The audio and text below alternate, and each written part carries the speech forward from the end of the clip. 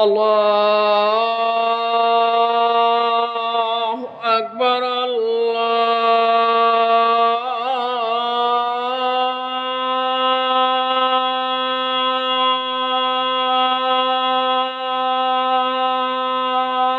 الله أكبر لا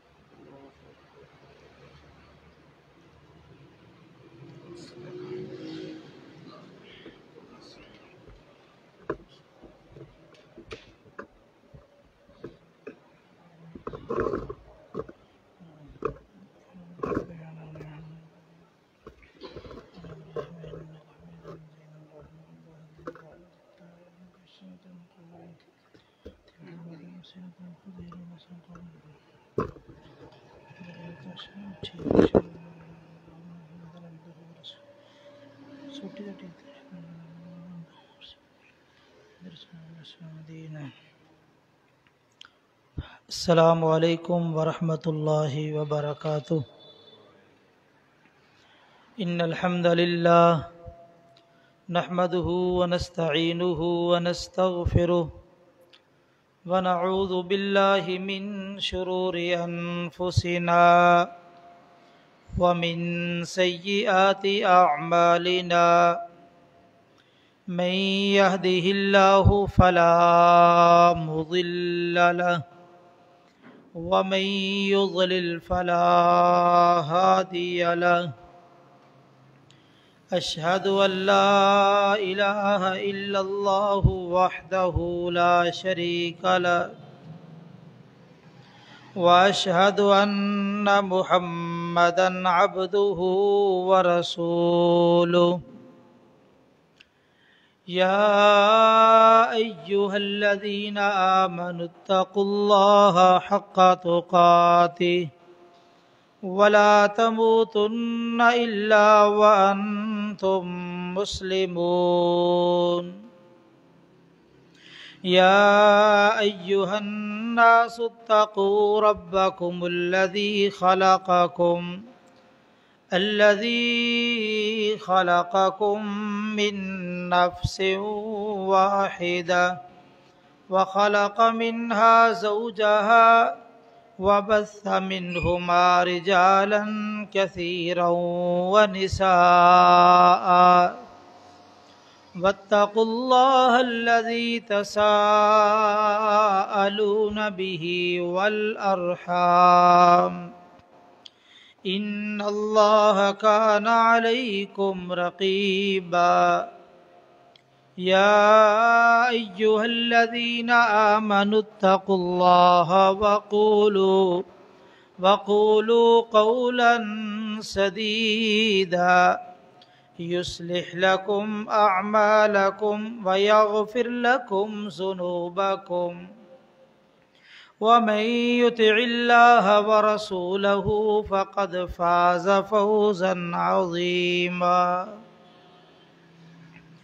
أما بعد فإن خير الحديث كتاب الله وخير الهدي هدي محمد صلى الله عليه وآله وسلم وشر الأمور محدثاتها وكل محدثة بدعة وكل بدعة ضلالة وكل ضلالة في النار من يطع الله ورسوله فقد رشد واهتدى ومن يعص الله ورسوله فقد ضل وغوى رب اشرح لي صدري ويسر لي أمري واحلل عقدة من لساني يفقهوا قولي رب زدني علما رب أوزعني أن أشكر نعمتك التي أنعمت علي وعلى والدي وأن أعمل صالحا ترضاه وأصلح لي في ذريتي إني تبت إليك وإني من المسلمين اللهم صل على محمد وعلى آل محمد كما صليت على إبراهيم وعلى آل إبراهيم إنك حميد مجيد اللهم بارك على محمد وعلى آل محمد كما باركت على إبراهيم وعلى آل إبراهيم إنك حميد مجيد أما بعد فأعوذ بالله السميع العليم من الشيطان الرجيم من همزه ونفخه ونفسه بسم الله الرحمن الرحيم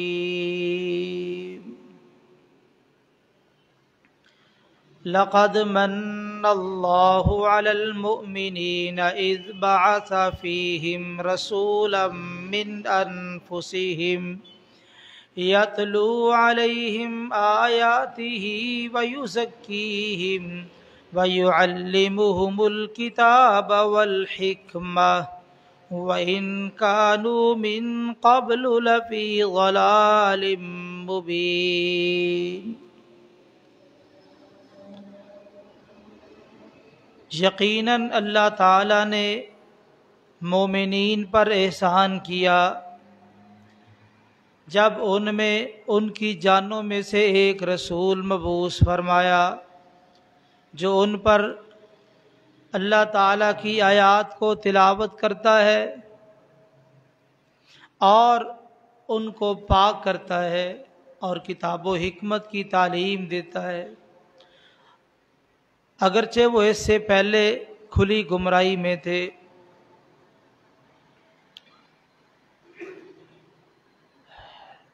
جملہ تعریفات کے لائق اللہ وحدہ لا شریک کی ذات ہے، جو ہمارا خالق، مالک، داتا، رازق، مشکل کشا اور حاجت روا ہے۔ اس مالک کا بہت بڑا احسان ہے جس اللہ خالق و مالک نے ہمیں انسان بنایا، مسلمان بنایا، اپنے محبوب پیغمبر امام الانبیاء، سید الانبیاء، خاتم الانبیاء حضرت محمد الرسول اللہ صلی اللہ علیہ وآلہ وسلم کا امتی بنایا۔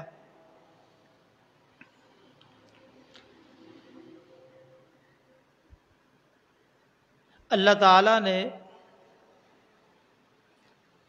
باقی انبیاء کی طرح نبی کریم صلی اللہ علیہ وسلم کو اس دنیا میں مبعوث فرمایا۔ آپ کی بعثت کے مقاصد قرآن مجید میں اور احادیث میں بیان کیے گئے کہ آپ لوگوں کو عقیدہ توحید سمجھانے کے لیے تشریف لائے، کتاب و حکمت کی تعلیم دینے کے لیے تشریف لائے، لوگوں کو رب تعالیٰ کی آیات پڑھ کے سنانے کے لیے تشریف لائے۔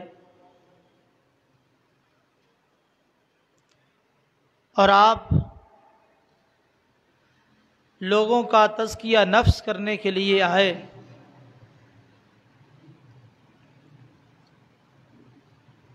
اور اسی طرح آپ مکارم اخلاق کو مکمل کرنے کے لیے تشریف لائے۔ یہ سارے نبی کریم صلی اللہ علیہ وسلم کی آمد اور بعثت کے مقاصد ہیں۔ اسی کے ساتھ ہی آپ معلم انسانیت بن کے آئے۔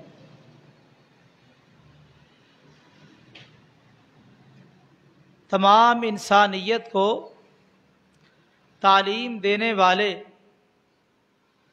یہ اعزاز لے کر اس دنیا میں تشریف لائے۔ آپ کی آمد کے جتنے بھی مقاصد ہیں،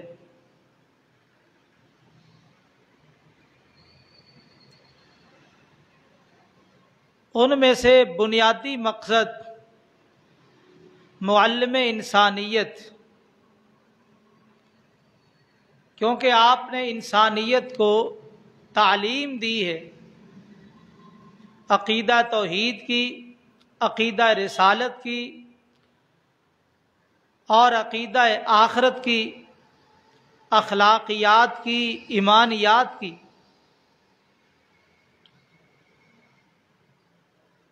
اور آپ اتنے پیارے معلم ہیں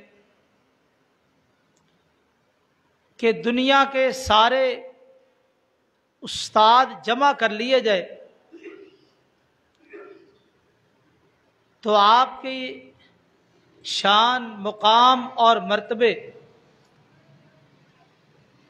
کو بھی نہیں پہنچ سکتے، اور آپ کی جو تعلیمات ہے، ساری دنیا کی تعلیمات ایک طرف ہو جائے، ان کا مقابلہ بھی نہیں ہو سکتا۔ آپ نے بڑے ہی احسن انداز سے اور خوبصورت طریقے کے ساتھ انسانیت کو تعلیم دی ہے۔ جب بھی موقع ملا، جہاں بھی موقع ملا، تو آپ نے اس تعلیم سے گریز نہیں کیا، بلکہ آپ نے ہر موقع پر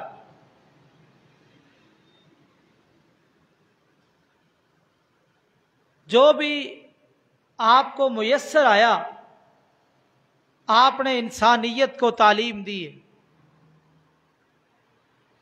اور دنیا کے اندر معلم، استاد بے شمار ہیں، لیکن آپ جیسا استاد دنیا میں کوئی نہیں، کیونکہ کامل استاد وہ ہوتا ہے جس کے قول اور فعل میں اتحاد اور اتفاق ہو، جو بات زبان سے کرے اسی کے مطابق اس کا عمل ہو، جو بات زبان سے کہے اسی کے مطابق اس کی سیرت اور کردار ہو، قول و فعل میں اتحاد، یہ کامل استاد کی نشانی ہے۔ دنیا میں استاد کامل بھی ہوئے، لیکن آپ سے بڑھ کے کوئی کامل نہیں۔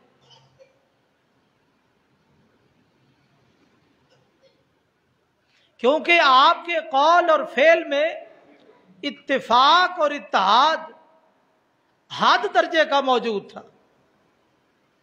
وہ استاد ہمیشہ ناکام ہے جس کے قول و فعل میں تضاد ہو، کہتا کچھ ہے کرتا کچھ ہے، زبان سے کوئی اور جملہ کہہ رہا ہے، سیرت اور کردار سے کوئی اور دعوت دے رہا ہے۔ یہ کامل استاد نہیں، بلکہ یہ طالب علموں کی تربیت کو خراب کر رہا ہے۔ آج نہیں، کل نہیں، کسی نہ کسی دن اس کی وجہ سے ضرور نقصانات سامنے آئیں گے۔ آپ اتنے پیارے معلم ہیں، آپ نے پڑھے لکھے لوگوں کو ان کے انداز میں سمجھایا اور بدویوں کو ان کے انداز میں سمجھایا، اور بسا اوقات ایسے ایسے افراد بھی آپ کے سامنے آئے جن کا انداز گفتگو بہت گھٹیا تھا، لیکن نبی کریم صلی اللہ علیہ وسلم نے ان کی تعلیم اتنی پیاری کی، تربیت اتنی اچھی دی کہ وہی جن کی زبانوں سے گھٹیا قسم کی گفتگو ہوتی تھی، جن کی سیرت اور کردار سے گھٹیا قسم کے افعال سرزد ہوتے تھے، وہی لوگ قول و کردار کے مالک بنے اور قول و کردار کے ایسے نمونے پیش کیے کہ دنیا نے دیکھا کہ وہ دنیا کے اندر ایک بہترین جماعت اور بہترین نمونہ بن کے سامنے آئے۔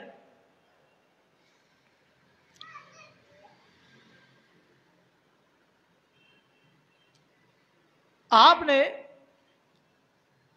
کسی موقع پر بھی تعلیمی سلسلے کو بند نہیں کیا، جب بھی موقع ملا بڑے ہی خوبصورت اور آسان انداز سے آپ نے تعلیم دی۔ صحیح مسلم میں ایک حدیث ہے، معاویہ بن حکم السلمی رضی اللہ تعالی عنہ صحابی رسول ہے، بیان کرتے ہیں کہ میں رسول اللہ صلی اللہ علیہ وسلم کے پیچھے با جماعت نماز پڑھ رہا تھا۔ دوران نماز ایک آدمی کو چھینک گئی، میں نے یرحمک اللہ کہہ دیا، صحابہ میری طرف گھور گھور کے دیکھنے لگے نماز کے اندر۔ میں نے کہا تمہاری مائیں تمہیں گم پائے، میری طرف کیوں دیکھ رہے ہو؟ صحابہ نے اپنے ہاتھ اپنی رانوں پہ مارنے شروع کر دیے، کہتے ہیں کہ مجھے محسوس یہ ہوا کہ یہ مجھے چپ کرانا چاہتے ہیں، خاموش کرانا چاہتے ہیں۔ میں خاموش ہو گیا۔ نماز مکمل ہو گئی۔ آپ نے پوچھا نماز کے اندر گفتگو کرنے والا کون تھا؟ یہ بات ذہن میں رکھیے کہ یہ واقعہ مدینہ میں جب آپ تشریف لائے تو آغاز کا واقعہ ہے، ورنہ بعد میں گفتگو سے منع کر دیا گیا اور صحابہ خاموشی کے ساتھ نماز پڑھتے، کیونکہ نماز کے اندر ایک مشغولیت تھی، اور آپ نے یہ طریقہ بھی سمجھایا کہ نماز میں کوئی معاملہ پیش آ جائے، امام بھول جائے تو سبحان اللہ کا کلمہ کہنا ہے، لیکن یہ آغاز میں صحابہ کے علم میں نہیں تھا۔ آپ نے اس کو اپنے پاس بلایا، آپ نے اس کو مسئلہ سمجھایا کہ یہ نماز، اس میں اللہ اکبر، سبحان اللہ اور قرآن مجید کی قرات، یہ کلمات ہوتے ہیں۔ نماز میں ایک مشغولیت اور مصروفیت ہوتی ہے، لوگوں کی گفتگو اس نماز کے اندر جائز اور درست نہیں۔ آپ نے اس کو مسئلہ سمجھایا۔ معاویہ بن حکم السلمی رضی اللہ تعالی عنہ کا تبصرہ سنیے کہ نبی کریم صلی اللہ علیہ وسلم کے سمجھانے کا انداز، سکھانے کا انداز کتنا پیارا۔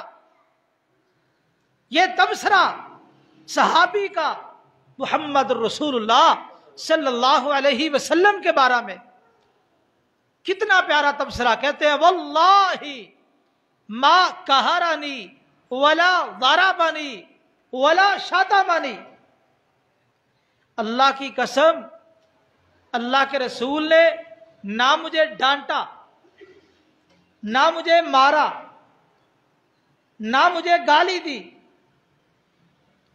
آج تو کئی لوگوں نے گالی کو اپنی علامت بنا رکھا ہے۔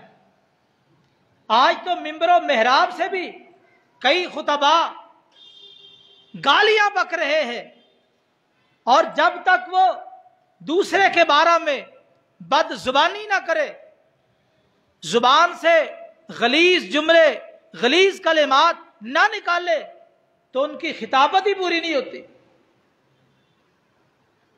یاد رکھیے، یہ ممبر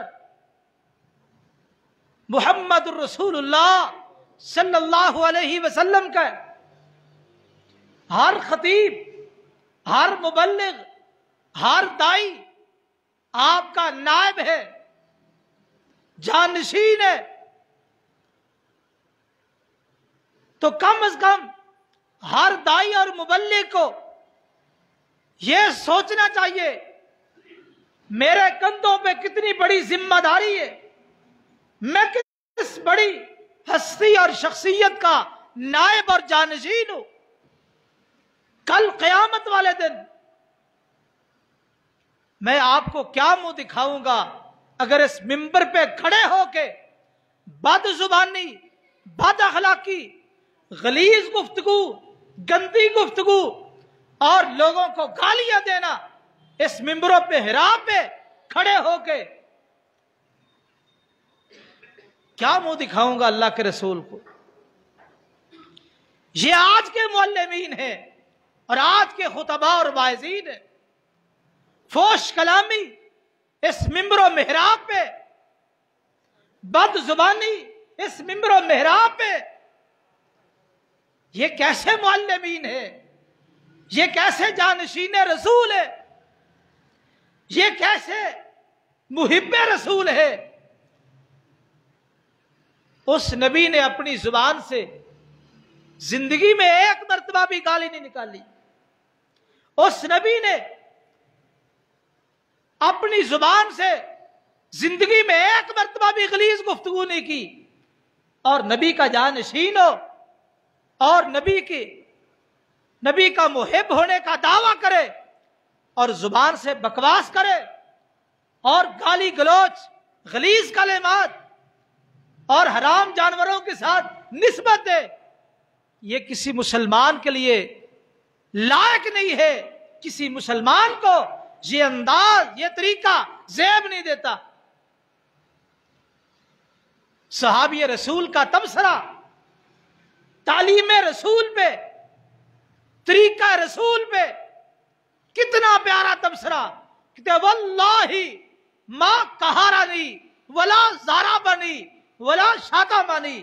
اللہ کی قسم، اللہ کے رسول نے نہ مجھے ڈانٹا، نہ مجھے مارا، نہ مجھے گالی دی۔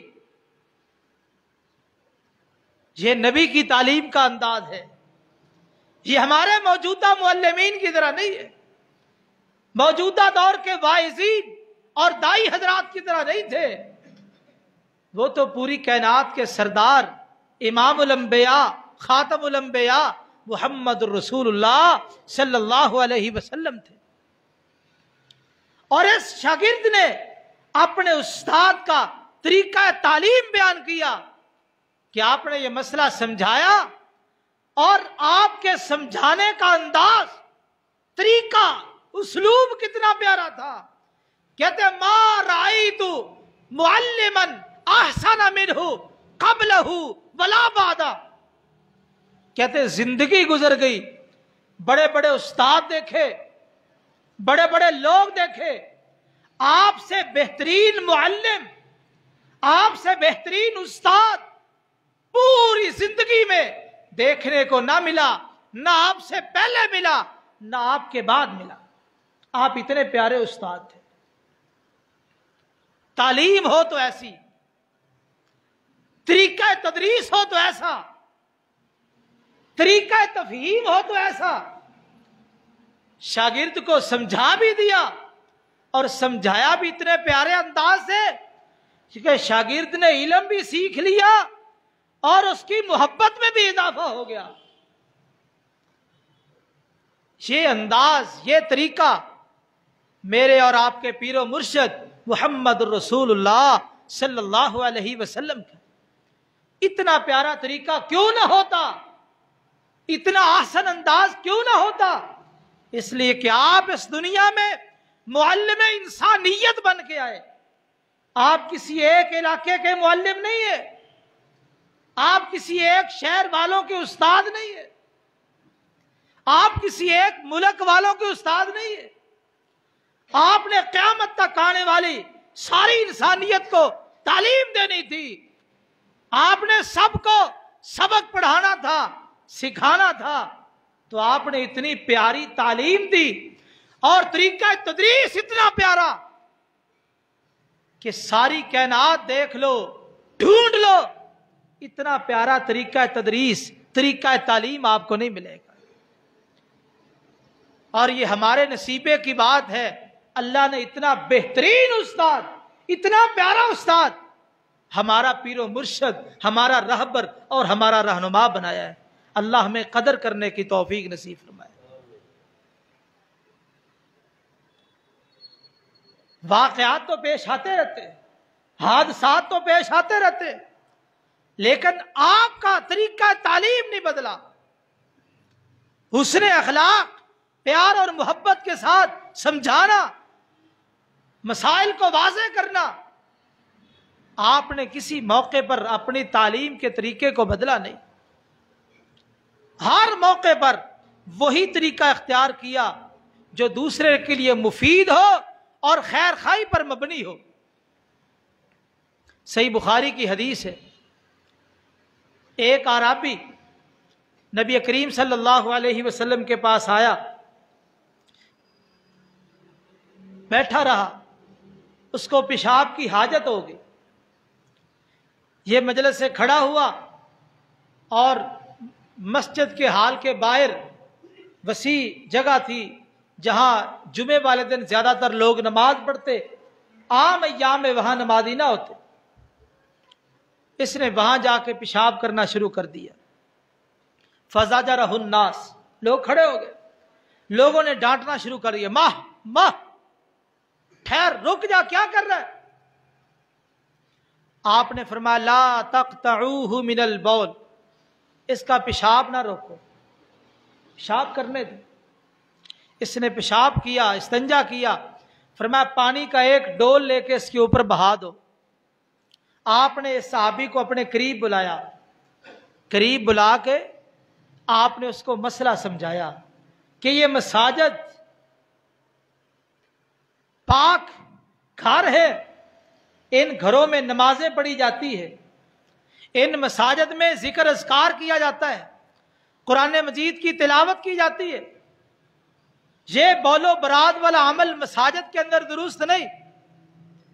آپ نے اس صحابی کے اس عمل پہ غصہ نہیں کیا، اس کو ڈانٹا نہیں، چھڑکا نہیں، گالی گلوچ سے نہیں نوازا، بلکہ آپ نے اس کو مسئلہ سمجھا دیا، یہ تو واقعہ پیش آ ہی گیا، آئندہ سے کوئی ایسا واقعہ رونما نہ ہو۔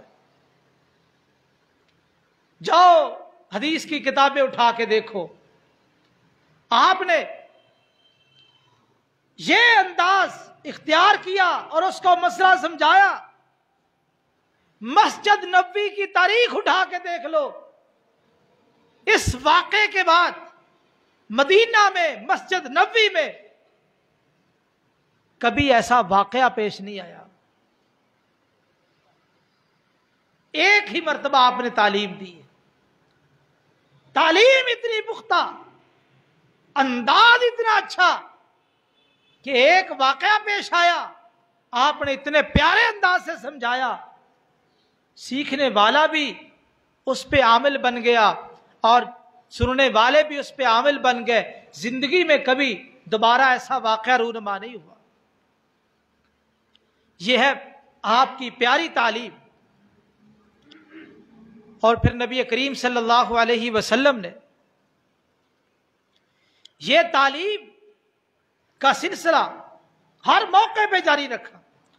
کبھی کبھار شاگرد سوال ایسا کر دیتا ہے کہ استاد بھی حیران رہ جاتا ہے، کبھی کبھی سوال بھی نازیبا ہوتا ہے، استاد پریشان ہو جاتا ہے، ایسا سوال۔ آپ سے اگر ایسا بھی سوال ہوا تو میں قربان جاؤں محمد رسول اللہ صلی اللہ علیہ وسلم کی سیرت پہ، ذات پہ، نازیبا سوال پر بھی غصہ نہیں کیا، طریقہ تعلیم اور طریقہ تدریس نہیں بدلا، خیر خائی کا انداز اس کو قائم رکھا۔ ایک آدمی آیا، مسلمان ہوا، آپ کے ہاتھ پہ بیعت کر رہا ہے۔ بیعت کے اندر کئی چیزیں ہیں کہ اللہ کے ساتھ شرک نہیں کرنا، اور اسی طرح کسی پہ بہتان نہیں لگانا، نمازیں پڑھنی ہے، روزے رکھنے، بیعت کے اندر کئی چیزیں۔ جب زنا کا لفظ آیا تو کہتا اللہ کے رسول ساری باتیں منظور ہے، مجھے زنا کی اجازت دے دیجیے، ساری باتیں منظور، اس کی مجھے اجازت دے دے۔ کتنا پاکیزہ نبی، کتنا صاف ستھرا نبی، جس کی زبان بھی صاف، ذات بھی صاف، سیرت اور کردار بھی صاف۔ اس کے سامنے اس آدمی کا یہ کتنا نازیبا سوال ہے کہ مجھے بدکاری کی اجازت دے دے۔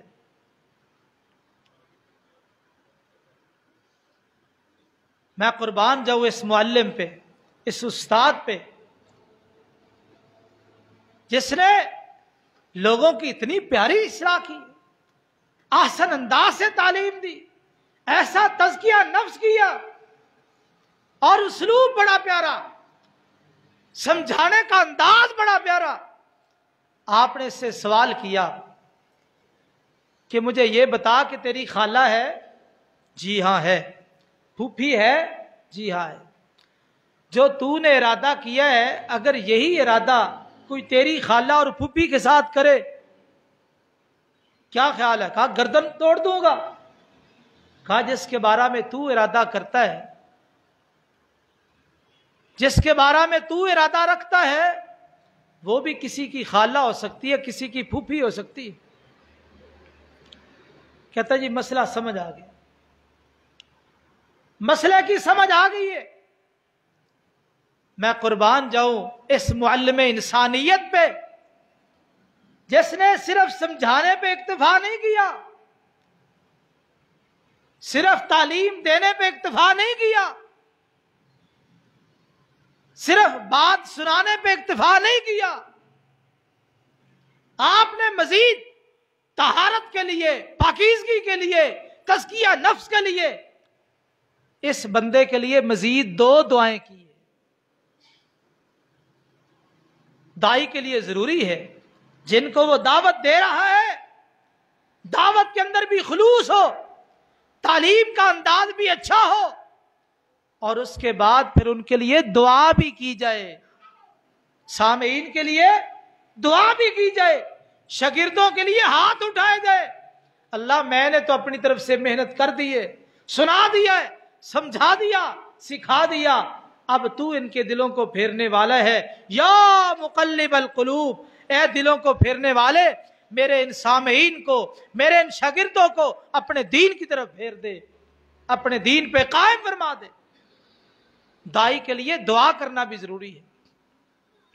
آپ نے تعلیم دی، مسئلہ سمجھا دیا، اس کو مسئلہ سمجھ آ گیا، آپ نے اس کے لیے 2 دعائیں کی۔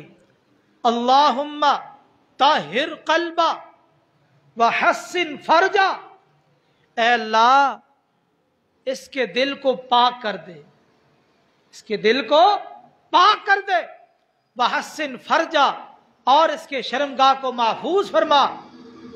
یہ 2 دعائیں کی ہیں۔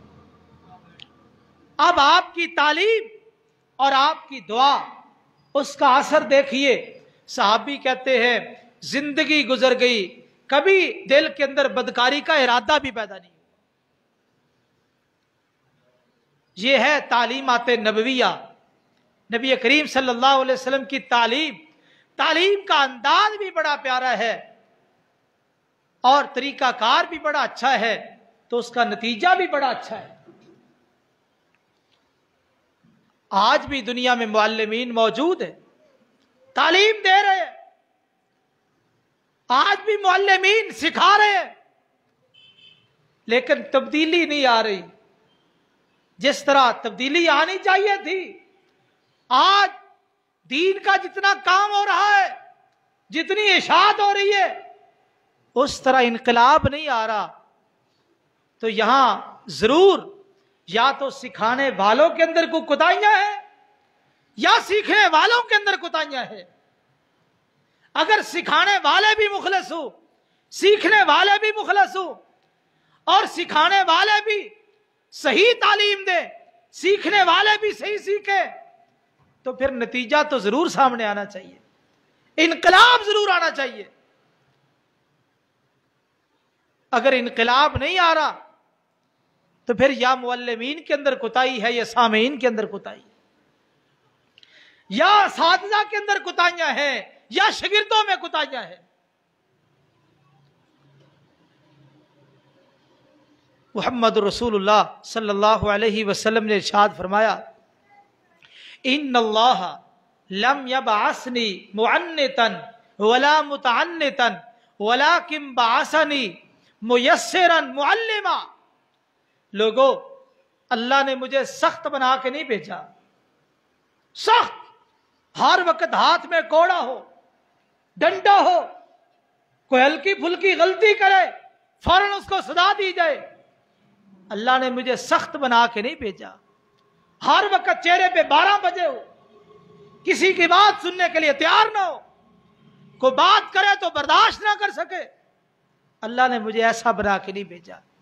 ولا متعنتا، سختی کرنے والا بھی بنا کے نہیں بھیجا۔ فبما رحمت من اللہ لنت لهم، آپ اللہ کی رحمت کی وجہ سے، اس مالک کے کرم کی وجہ سے اپنے ان ساتھیوں کے لیے نرم ہے۔ آپ نرم بن کے آئے، نرمی کرنے والے بن کے آئے، آپ سخت نہیں تھے، سختی کرنے والے بھی نہیں تھے۔ لیکن آج جو ہمارے کئی معلمین کا یہ انداز اور کئی مبلغین کا یہ انداز گفتگو اتنا سخت، کبھی کبھار انداز گفتگو میں تلخی کا آ جانا یہ بھی نبی کریم صلی اللہ علیہ وسلم کی سنت ہے، لیکن ہر وقت ہی تلخ گفتگو کرنا، ترش گفتگو کرنا اور لوگوں کو پریشان کرنے والی گفتگو کرنا، لوگوں کا دل دکھانا اور گفتگو کے اندر مخالفین کے بارے میں گالی گلوچ کا استعمال کرنا، یہ انداز اور طریقہ محمد رسول اللہ صلی اللہ علیہ وسلم کا نہیں۔ آپ تو سخت کلامی کرنے والوں کو بھی پیار سے جواب دیتے تھے۔ صحیح بخاری میں روایت ہے، سمامہ بن اسال رضی اللہ تعالی عنہ جب مسلمان نہیں ہوئے، کافر تھے، جنگی مجرم تھے، صحابہ جاسوسی کر رہے تھے، جاسوسی کرتے کرتے سمامہ بن اسال یہ گزر رہے تھے، ان کو پکڑ کے لے آئے مسجد نبوی میں، مسجد کے ستون کے ساتھ لا کے باندھ دیا۔ نبی کریم صلی اللہ علیہ وسلم تشریف لائے، سمامہ تیرا کیا حال ہے؟ سمامہ پتہ کیا جواب دیتا ہے؟ ان تقتل تقتل ذا دم وان تنعم تنعم علی شاکر۔ اگر قتل کرتے ہو قصاصاً قتل کیے جاؤ گے، بدلہ لینے والے موجود ہیں، احسان کرو گے، احسان کا بدلہ احسان ہے۔ آپ چلے گئے، کہا اس کی خدمت کرو، دوسرے دن تشریف لائے، سوال یہی کیا، اس نے وہی جواب دیا، آپ تشریف لے گئے، فرمایا کھانا کھلاؤ اس کو۔ تیسرے دن آئے، تھوڑے سے لفظ بدلے، کہا ان تنعم تنعم علی شاکر، احسان کرو گے، احسان کا بدلہ احسان ہے۔ وَإِن تَقْتُلْ تَقْتُلْ ذَا دَمٍ، قتل کرو گے بدلہ لینے والے موجود ہیں۔ آپ نے فرمایا اطلقوا سمامہ، سمامہ کو چھوڑ دو۔ اس نے سختی کی ہے، آپ نرمی کر رہے ہیں، کیونکہ آپ سکھانے کے ذہن میں تھے، آپ قریب کرنے کے ذہن میں تھے کہ میرے قریب آئے۔ کسی کو قریب کرنا ہو وہ غلط انداز بھی اختیار کرے، سخت انداز بھی اختیار کرے، ترش انداز بھی اختیار کرے، آگے سے نرمی سے آپ نے پیش آنا ہے۔ ادفع باللتی ہی احسن، کسی کا دفاع بھی کرنا ہے، مقابلہ بھی کرنا ہے تو اچھے طریقے کے ساتھ، برائی کا بدلہ اچھائی سے۔ سمامہ کو چھوڑ دیا، باہر گئے، سردار آدمی تھا، سوچا کہ میں قید میں تھا، میں نے کافی سخت الفاظ کہے، میرے بارے میں کوئی بھی فیصلہ ہو سکتا تھا، لیکن آپ نے کتنے ہی پیارے انداز کے ساتھ میری خدمت بھی کی، ضیافت بھی کی، اور مسجد نبوی کے ستون کے ساتھ جو آپ نے باندھا، اس میں حکمت بھی تھی کہ آپ کے شاگردوں کو دیکھا جائے، آپ کے طریقہ تعلیم کو دیکھا جائے، طریقہ تدریس کو دیکھا جائے۔ 3 دن تک وہ دیکھتا رہا، وہاں بیٹھ کے یہ فیصلہ کیا، یہ انداز، یہ طریقہ کسی عامی انسان کا نہیں ہو سکتا، یہ واقعتاً اللہ کا سچا رسول ہے۔ وہاں غسل کیا، واپس آئے، کہا سمامہ تو جاتا کیوں نہیں؟ اللہ کے رسول آپ نے جانے کے قابل چھوڑا ہی نہیں، مجھے بھی کلمہ پڑھا کے مسلمان کر لو۔ اور سمامہ نے اس وقت کہا تھا اپنی نفرت کا اظہار جو اس وقت وہ کر رہا تھا، اس وقت بیان نہیں کر سکا، لیکن مسلمان ہونے کے بعد اس وقت اس کے دل میں کتنی نفرت تھی، اس نے اس نفرت کو بیان کیا کہ اس وقت میں آپ سے اتنا متنفر تھا، اب تو محب بن چکا ہے۔ کہنے لگا کہ میں جس وقت آیا قید میں مسجد نبوی کے ستون سے بندھا ہوا تھا، میرے دل میں آپ کی اتنی نفرت تھی، کائنات کے چہروں میں سے بدترین چہرہ آپ کا لگ رہا تھا، اور اب حالت یہ ہو چکی ہے آپ کا مرید بن چکا ہوں، روح زمین پر جتنے انسان ہیں سب انسانوں سے خوبصورت چہرہ آپ کا ہے، سب سے پیارا چہرہ آپ کا ہے۔ تو یہ ہے کسی کی خیر خواہی اور اس کو تعلیم دینے کے لیے نرم رویہ اختیار کرنا، نرم انداز۔ اور بسا اوقات جو آپ کے سامعین ہیں، جو آپ کے شاگرد ہیں، وہ کسی مشکل میں پھنس جائے تو ان کے لیے سخت فتوے بھی نہیں لگانے چاہیے، نہیں بس تو مارا گیا، تو ڈوب گیا، تو نہیں بچ سکتا۔ نبی کریم صلی اللہ علیہ وسلم معلمہ میسرہ، آپ فرماتے ہیں مجھے اللہ نے استاد بنا کے اور آسانیاں کرنے والا بنا کے بھیجا ہے۔ کتنی آسانیاں کرتے، ایک آسانی آپ نے یہ کی، آپ نے فرمایا جو آدمی نماز پڑھنا بھول جائے، نماز پڑھنا بھول جائے، مشغولیت مصروفیت ایسی ہے اس کو نماز پڑھنا یاد ہی نہیں رہا، جو بھول جائے